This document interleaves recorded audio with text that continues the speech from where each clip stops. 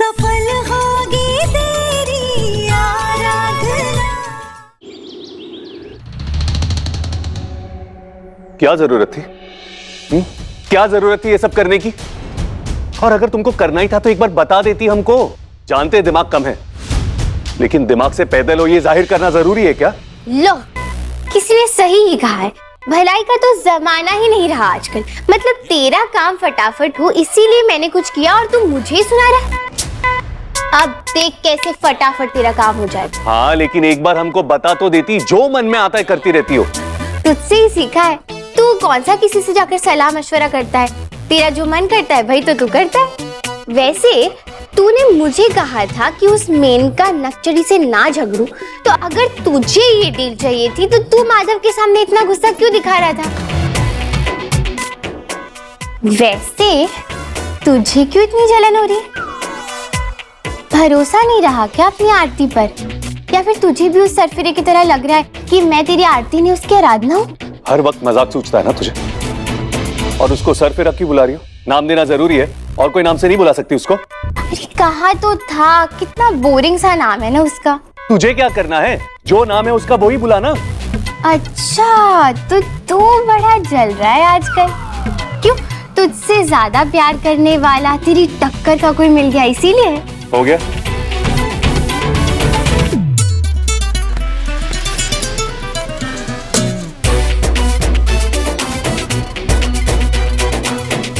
ढंग से बाहों में पकड़ना भी नहीं आता तुझे। रोमांस तो ढंग से कर नहीं सकता, दूसरे को देखकर जेलस हो रहा है। कि अपने प्यार पर ध्यान देना, क्यों तू दूसरों को देखकर सरदर्द लेता रहता है? तुझे बड़ा रोमांस सूझ रहा है ना आज?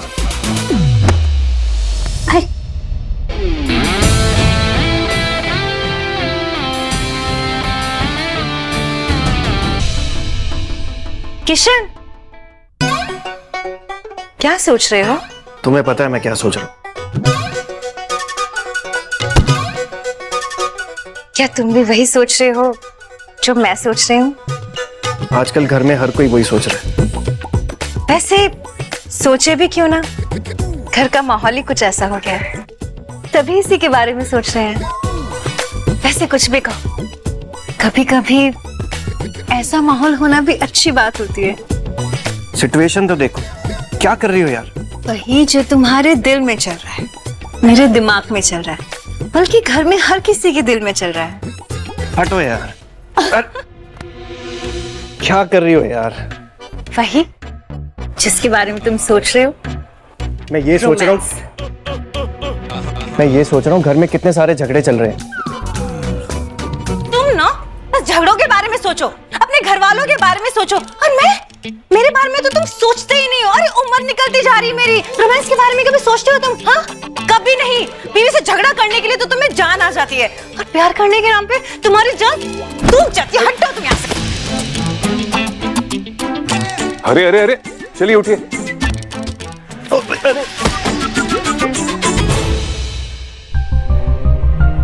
आराधना, ये तुम ही हो ना? ये मैं ही हूँ। मुझे आना पड़ा वापस। विनायक की क्या गलती है? उसे किस बात की सजा दे रहे हैं? मुझे पता था कि मेरी लाख बार समझाने के बाद, मना करने के बाद भी तुम समझने को तैयार ही नहीं होगे कि मैं आरती हूं, ना कि आराधना।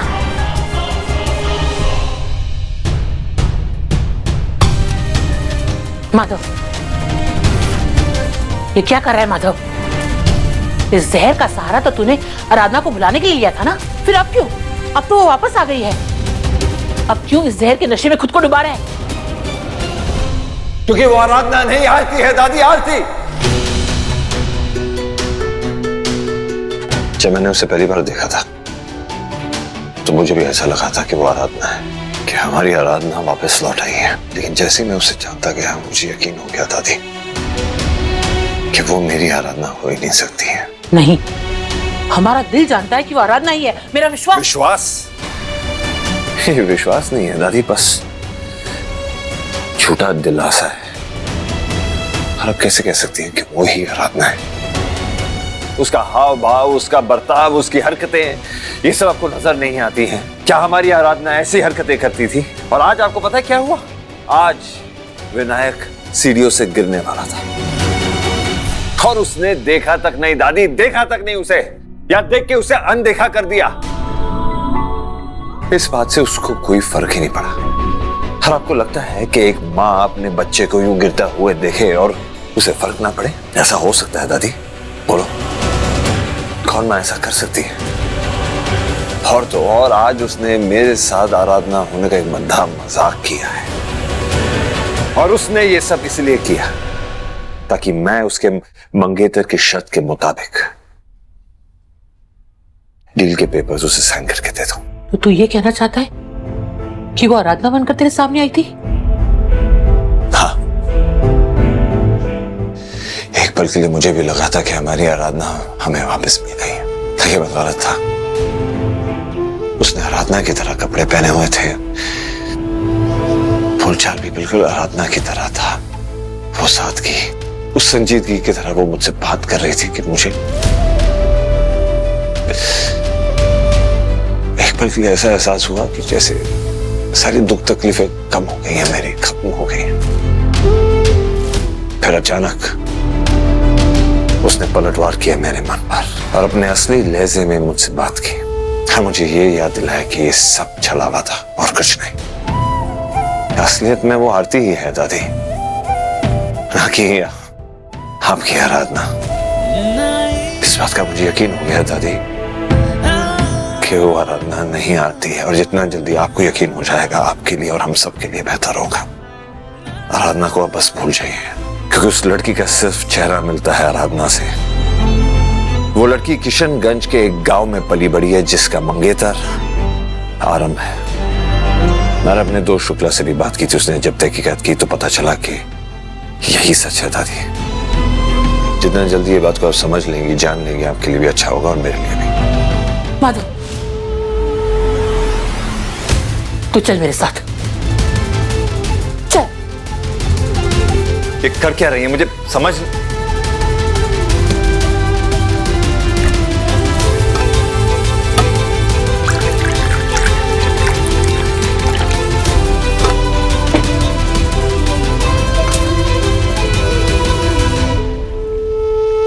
पहले तो देखिए क्या हो रहा है।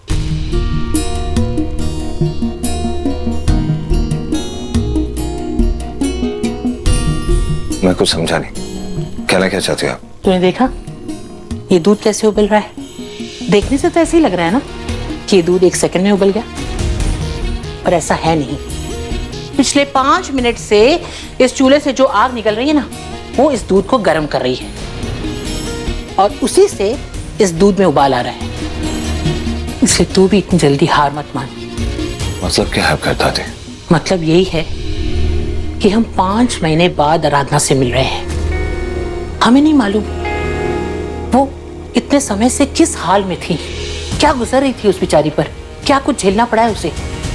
हम कुछ नहीं जानते, और वो क्यों इतनी बदल गई है और क्यों उसका बर्ताव इतना बदल गया है, हमें नहीं पता। क्यों वो आराधना होकर भी आराधना से बिल्कुल उल्टा बर्ताव कर रही है, हमें कुछ नहीं पता, और हम उस पर कोई इल्जाम नहीं लगा सकते। हमें तो ये भी नहीं पता है कि वो ऐसा खुद कर रही है या उसे करना पड़ रहा है, क्या मजबूरी है उसकी, हमें नहीं पता। इसलिए हम तो यही कहेंगे कि तू तेरे दिल की आवाज सुन। तेरा दिल क्या कह रहा है उस लड़की को देखकर? अपनी आंखें बंद कर और दिल की आवाज सुन, क्योंकि नतीजे पर पहुंचना तो बहुत आसान है, पर उसकी जड़ तक पहुंचना उतना ही मुश्किल है। इसलिए कोशिश करता रहे, और जब तक कोशिश करता रहे, जब तक हमें ये पता न चल जाए कि वो आराधना ही है।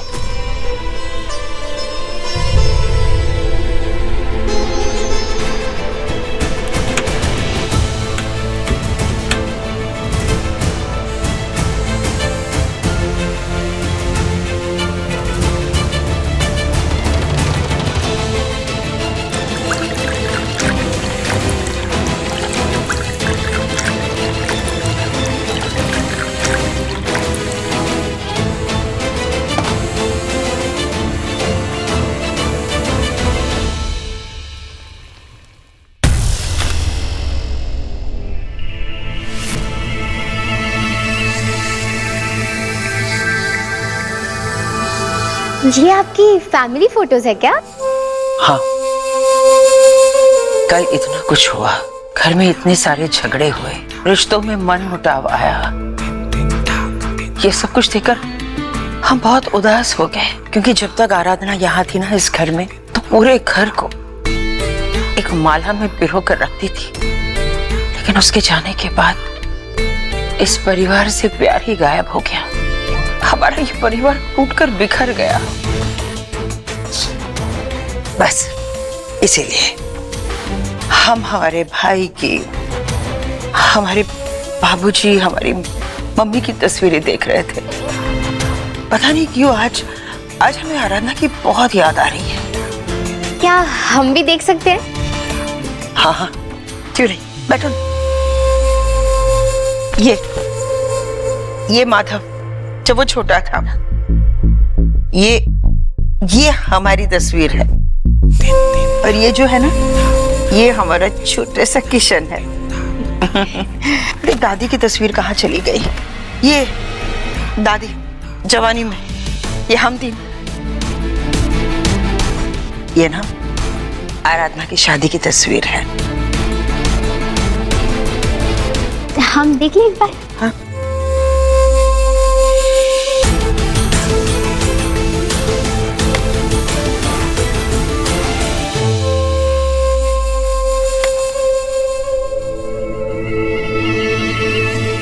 ये तो हमारी और आरम की तस्वीरें हैं।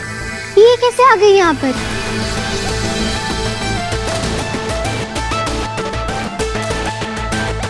ये देखिए। अरे हाँ, लेकिन ये आपके पास कैसे आ गई? क्या पता कैसे आई होगी। अरे हाँ हाँ, याद आया। वो क्या है ना, जब भी हम किसी के साथ डील करते हैं तो हम उनके बारे में सारी जानकारियां हासिल करते हैं। ये हमारी कंपनी का प्रोटोकॉल है। हो सकता है शायद इन फाइल से ये फोटोग्राफ्स यहाँ आ गई होगी। कोई प्रॉब्लम नहीं, मैं इन तस्वीरों को निकाल देती हूँ। कोई बात नहीं।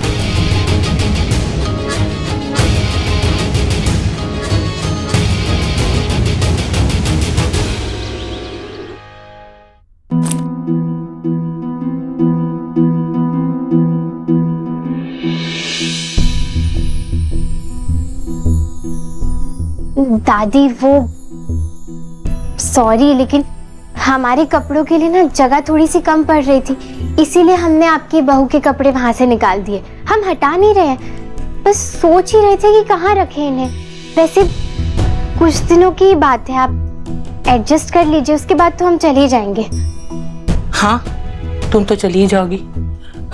एक काम करो, तुम ये सारे कपड़े उस छोटी सी अलमारी में रख दो। हाँ, वैसे दादी डोंट माइंड, लेकिन आपकी बहू के पास में सिर्फ इतने से ही कपड़े थे। हमारा मतलब है कि इतने बड़े घर की सबसे बड़ी बहू, लेकिन उनका पहनावा इतना सिंपल सा। हाँ, क्योंकि वो थी भी इतनी सीधी। इस घर की चकाचौंध उसके दिल के आगे, उसकी अच्छाइयों के आगे हमेशा फीकी ही पड़ जाती थी। भले ही वो इतनी सीधी थी, पर इस परिवार को संजो के अच्छी तरह से चलाना उसे बखूबी आता था। चाहे फिर कोई उसका दुश्मन ही क्यों न हो, सबको अपना बना लेती थी। बहुत बड़ा दिल रखती थी वो। तुम्हें पता है आरती, ये जो हमारे घर का सबसे छोटा सदस्य है ना, विनायक, वो हमारे पोते माधव और उसकी बीवी दामिनी का बेटा है। आराधना ने तो बस सिर्फ उसे जन्म दिया है। वो क्या कहते हैं आजकल, सारा केसी। सरो क्या? अरे वही जो औरतें अपनी कोख को किराए पर देती हैं, वही वाली माँ है आराधना उसकी। अच्छा। भले ही विनायक उसका अपना अंश नहीं है, पर उसने अपने परिवार से लड़कर उसे जन्म दिया। और उसकी परवरिश के लिए इस समाज ने, इस दुनिया ने जो भी मुश्किलें उसके सामने खड़ी की, उन सब का डटकर सामना किया। और बस इतना ही नहीं, वो उस बच्चे को मिलाने के लिए हमारे पोते के पास चली आई, यहाँ चली आई वो। और भगवान का खेल तो देखो, उन दोनों को ऐसे मिला दिया जैसे वो दोनों एक दूसरे के लिए बने हो। और कृष्ण कन्हैया लाल ने ऐसी लीला रची कि उन दोनों की शादी हो गई। तुम जानती हो वो शादी नहीं करना चाहते थे, चाहे ये सब उनकी मर्जी के खिलाफ ही हुआ हो, लेकिन हमारा पोता, हमारा पर पोता और आराधना एक हो गए। अरे वाह, ये तो बिल्कुल फिल्मी लव स्टोरी है। हाँ, इतनी अच्छी जोड़ी थी दोनों की। मेरे माधव की बेजान जिंदगी में आराधना बाहर लेकर आई थी। दोनों कितने खुश थे, सब कुछ बहुत अच्छी तरह से चल रहा था, पर फिर पता नहीं क्या हुआ, ये दोनों अलग हो गए। हमें नहीं पता क्यों भगवान ने आराधना को हमारी जिंदगी से दूर कर दिया। जब अलग ही कराना था तो उनको मिलाया ही क्यों, और मिलाया तो फिर अलग क्यों किया। हमारा दिल तो आज भी नहीं मानता कि हमारी आराधना इस दुनिया में नहीं है। बेचारा हमारा माधव पूरी तरह से टूट गया, हमारा पूरा परिवार बिखर गया, और हमारा विनायक, उसको तो सबसे ज्यादा जरूरत है उसकी माँ की। वो बिन माँ का बच्चा कैसे पलता है ये सिर्फ हमारा दिल जानता है। क्यों छीन लिया हमारी आराधना को, सब कुछ बिखर गया। दादी, दादी क्या हुआ? क्या हो रहा है आपको? आपकी सास तो कुछ ज्यादा ही फूल रही। आपको ऐसी सैड वाली बातें नहीं करनी चाहिए थी दादी। एक मिनट दादी, हमें कुछ समझ नहीं आ रहा है।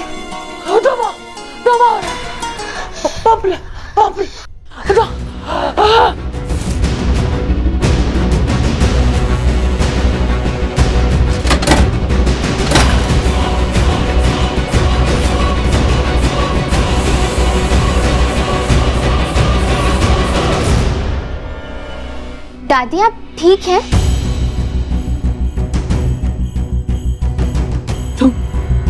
तुम आराधना हो ना? तुम्हें कैसे पता कि ये पंप इस पेटी में है? ये बात इस घर में सब लोग नहीं जानते, सिर्फ चंदा, हमारा पोता माधव और हमारी बहू आराधना जानती थी। तुम आराधना हो ना? बोलो, तुम आराधना हो ना? नहीं नहीं, झूठ बोल रही हो। हमने देखा, तुम इस कमरे में आई, तुमने यहाँ वहाँ कहीं नहीं ढूंढा, उस अलमारी में नहीं ढूंढ सकती थी, पर तुमने वहाँ नहीं ढूंढा, तुमने सीधा इस पेटी में ढूंढा। जैसे कि तुम्हें पता हो कि हमारा पंप यही रहता है। हम अच्छी तरह से जानते हैं कि तुम झूठ बोल रही हो। हमारा कहता है कि तुम हमारी बहू आराधना हो। हम अपनी बहू को अच्छी तरह से पहचानते हैं। बोलो बोलो, तुम झूठ बोल रही हो ना? हे भगवान, अरे इस घर में सबको दिमागी बीमारी है क्या? पहले आपके पोते का दिमाग खराब हुआ और अब आपका दिमाग खराब हुआ। पहले आपके पोते का नाटक और अब आपका नाटक। तुम्हारा झूठ पकड़ा गया। अगर तुम आराधना नहीं होती तो तुम्हें कैसे पता होता कि हमारा पंप इस पेटी में है? बताओ कैसे पता होता, बताओ। अरे हमें डिम्पल जी ने बताया था इस बारे में। वो हम पूरे परिवार के बारे में बात कर रहे थे, तभी उन्होंने बताया था कि आपको दमे की बीमारी है और कभी कभी आपको पंप की भी जरूरत होती है। हाँ हाँ, सच कह रही हूँ मैं। ठीक है।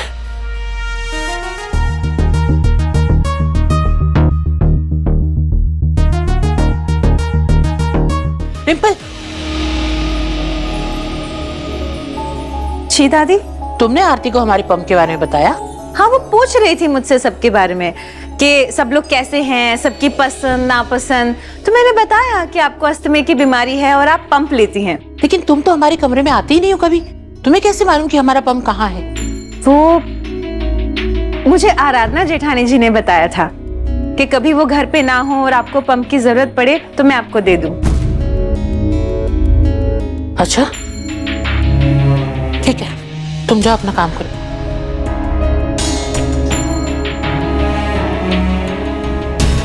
यानी हमें गलतफहमी हुई थी, पर कैसे नहीं होती?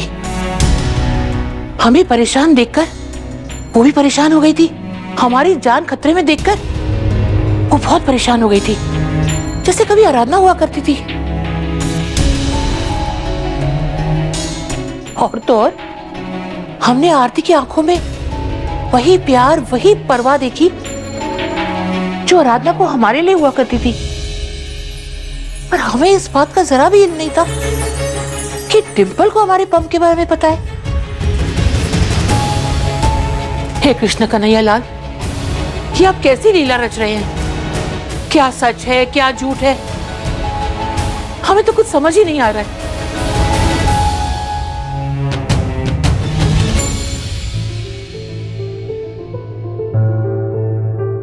बापा, अच्छा हुआ जो डिम्पल जी ने दादी को बताया नहीं कि मुझे उन्होंने नहीं बताया था कि वो पंप कहाँ रहता है, वरना मेरा सच सबके सामने आ जाता कि मैं आरती नहीं आराधना हूँ।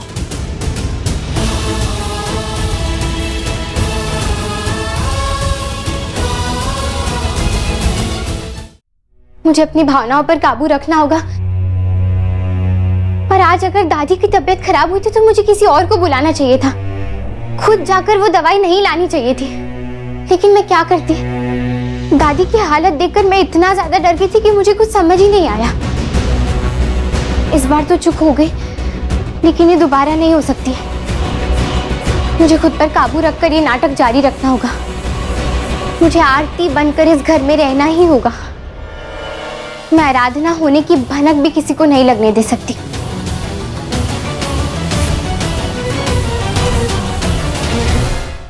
आज सुबह जब विनायक की जान खतरे में थी, तब तो मैंने किसी तरह खुद को रोक लिया। अच्छा हुआ बापा, जो मैंने आईने में देखा था कि मेनका दीदी वहीं छुपी हुई थी, उन्होंने मेरा सच जानने के लिए सब किया था। लेकिन मुझे नहीं पता था कि मेरा सच जानने के लिए वो विनायक की जान को तक खतरे में डाल देंगे। तो शुक्र है कि समय रहते साहब जी ने विनायक को बचा लिया, वरना तो सुबह ही मेरी चोरी पकड़ी जाती। खैर, मुझे अब मेरी भावनाओं को काबू में रखना होगा। मैं किसी को पता नहीं चलने दे सकती कि मैं आरती नहीं बल्कि आराधना हूँ।